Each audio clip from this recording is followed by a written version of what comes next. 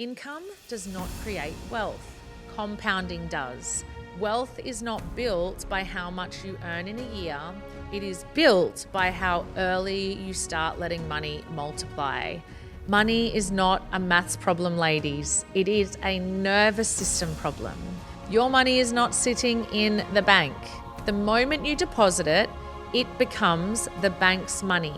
They lend it, they leverage it, they profit from it. Greed and wealth are actually not the same thing. Greed is extraction without a conscience, and wealth is a capacity, and wealth gives women options. You do not need to know everything in order to create wealth. You need a structure that allows you to learn safely while you move. And this is where things like Bitcoin, for example, are largely misunderstood. You actually don't need to buy a whole Bitcoin, right? So welcome to Rich and Regulated, where women learn to build wealth in alignment and flow. I'm Jessica Soul. For over a decade, I've helped women create the lives of their dreams, and here I'll share how I build wealth, fast-track results, and reveal money truths that will blow your mind. Let's get wealthy. I want to say this up front so that we're clear. This is not a hype episode, and this is not a mindset pep talk today, and it is definitely not just a believe harder conversation. Today, we are going to be talking about money, and I mean real money, how it actually works. Because what I see is that women are not struggling financially because they're careless or because they're incapable. They're actually struggling because they were never taught the mechanics. Instead, they were conditioned to earn money, save money, defer money, and conditioned to believe that real financial power sits somewhere outside of them. And when you don't understand the mechanics, you internalize the outcome as personal failure. And so today I want to walk you through 5 money myths that are keeping women poor. And these are not surface myths, these are structural ones. And I'm going to actually explain what is underneath them. So let's dive in. Myth number 1. I'll start investing once I am earning more. This is one of the most common beliefs that I hear. And of course, it sounds responsible, right? But here's the truth. Income does not create wealth. Compounding does. Wealth is not built by how much you earn in a year. It is built by how early you start letting money multiply. And let me say that again. Income is not the source of wealth, right? So let that sink in. Wealth is built by how early you start letting your money multiply. The thing is that time beats income. So if you invest small amounts early, compounding will do the heavy lifting for you. But if you wait until you're earning more, what you've done is you've lost the only thing that you cannot buy back, which is your time. And so this is why someone who invests $100 a week for 20 years often will end up wealthier than someone who invests $1,000 a week for 5 years, because compounding is exponential and it rewards consistency, not perfection. The thing is that most women delay investing because they think they need enough money first. But the truth is investing is a skill, not a milestone. And if you don't build the muscle with small amounts of money, you don't magically just one day wake up and trust yourself with large amounts of money. That's why earning more without investing just ends up creating an expensive lifestyle to maintain. And while it may feel like progress, it's fragile. All right, myth number 2. I'm just not good with numbers. And this one is a lie that women have normalized. Money is not a maths problem, ladies. It is a nervous system problem.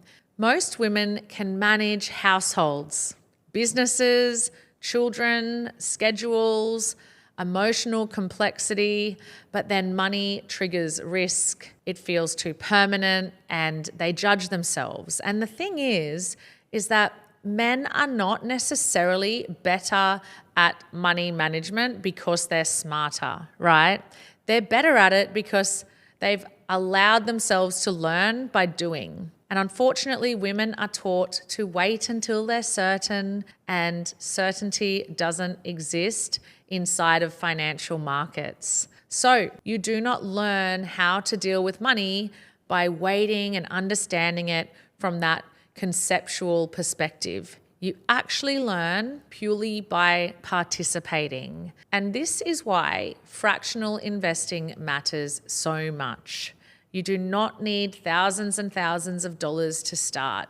You can buy fractions of assets, you can dollar cost average, and what that means is that investing small, regular amounts, regardless of the price, no matter the timing of the market, not looking for perfection, but instead what you want to be doing, ladies, is participating.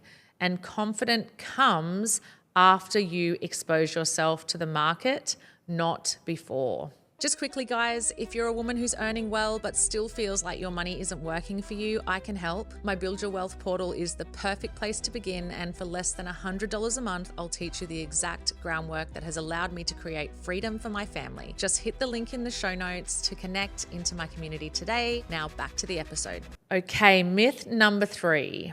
Keeping money in the bank is the safest option. All right, so let's clear this up, ladies, and let's clear this up properly once and for all. Your money is not sitting in the bank. The moment you deposit it, it becomes the bank's money. They lend it, they leverage it, they profit from it, and you get crumbs. So it is not a question of whether the money is being used. It's a question of who benefits, you or the bank. Now, don't even talk to me about inflation. Let's just run some examples for fun, right? So if inflation is running at, say, 4 to 6% a year, and your savings account is paying you 2%, you are losing purchasing power every single year silently. So doing nothing is not a neutral decision. It is actually a guaranteed loss over time.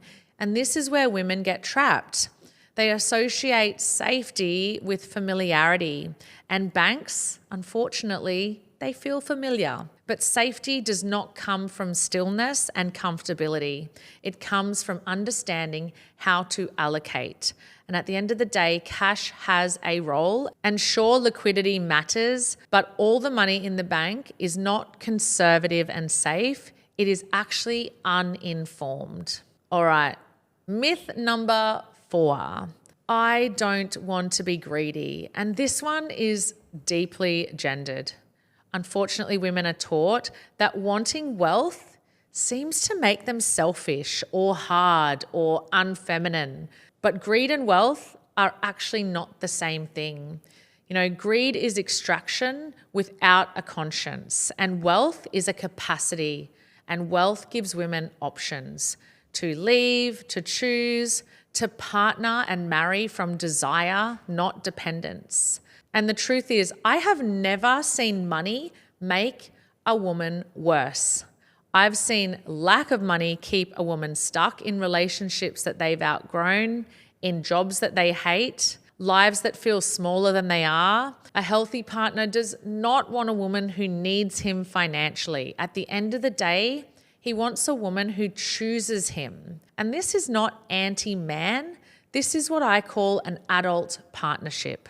Myth number 5. I need to understand everything before I begin. Now, ladies, this is just perfectionism disguised as responsibility. No one understands everything. The thing is that markets are going to move. Systems will evolve constantly.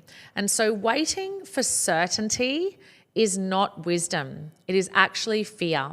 You do not need to know everything in order to create wealth. You need a structure that allows you to learn safely while you move. And this is where things like Bitcoin, for example, are largely misunderstood. You actually don't need to buy a whole Bitcoin, right? So many people don't understand that you can buy $20, $50, or $100 worth of Bitcoin. And fractional ownership exists because assets are designed to be accessible. Like any asset, these things reward over time and with consistency, not with emotional reaction, not with hype cycles. And the people who win long term are the ones who understand this and stay steady. So ladies, I know this was a quick one, but if this episode stirred something inside of you, I want you to know that that's not a problem. This is just your awareness growing. You don't need to blow your life up and change everything.